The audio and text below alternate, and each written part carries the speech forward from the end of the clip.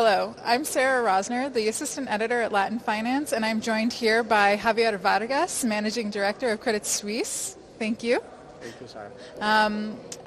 Thank you for joining us here in Buenos Aires at the conference. One of the things that we wanted to ask you about was how the environment in Argentina for banks compares to other countries in the region.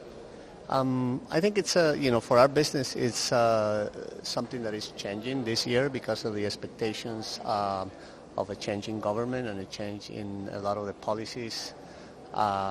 So this year has been particularly interesting for investors of all kinds, portfolio investors, but also strategic investors who are looking forward to a change in some of the policies.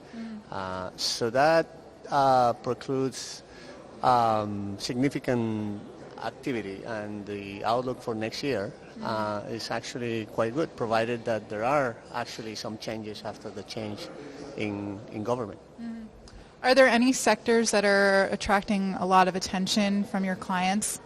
Yeah, I think in Argentina, there are two or three sectors that are very obvious. One of them is agriculture, of course, given that Argentina is sort of a world power in terms of agriculture, and the potential for that industry is very significant. But also the energy sector is a sector that, not only oil and gas, but also power generation, given the growth and probably the lack of investment in the last few years. Those are investors that will need to do some catch-up in terms of investment once there's access to financing, particularly long-term financing in the international market. And the other obvious sector is infrastructure. Again, the same, the lack of access to capital in the international markets has made it very difficult to finance infrastructure investments. So I think once the access to the market is reestablished, I think those sectors will get very dynamic. Are you confident that that access will be reestablished? I hope so. I think, the government will drive this, the new government will drive this situation, but they will have to reestablish get access to dollars and to replenish their reserves. So it's everybody knows it's a very, very specific and a relatively urgent need for the government. So yes, I am confident to the extent that the new government comes with the intention of changing some of the existing policies and amending some of the relationships with key actors of the international market.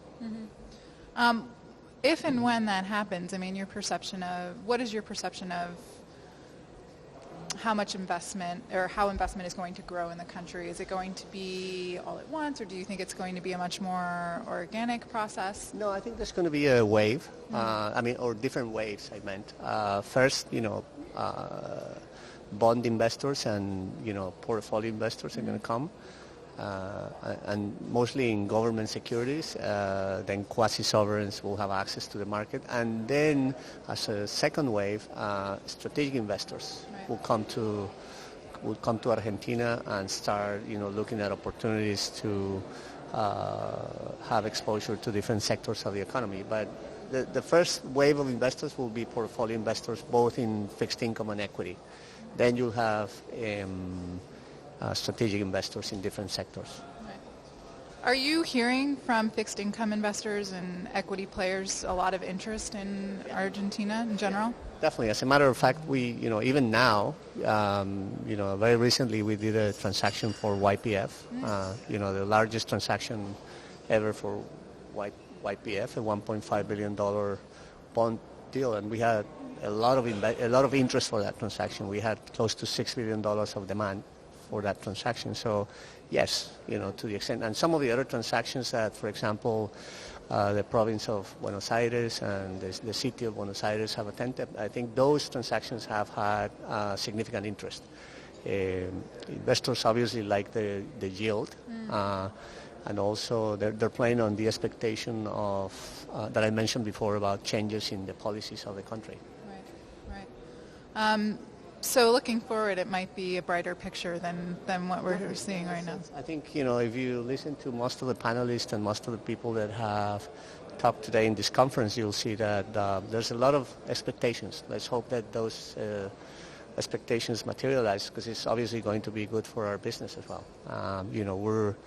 We hope to be beneficiaries of that flow of capital into the country, and hopefully we can together create a virtuous circle for both the country and our business. Well, thank you for taking the time to speak with us today, and I hope you enjoy the rest of your time in Buenos Aires. Thank you.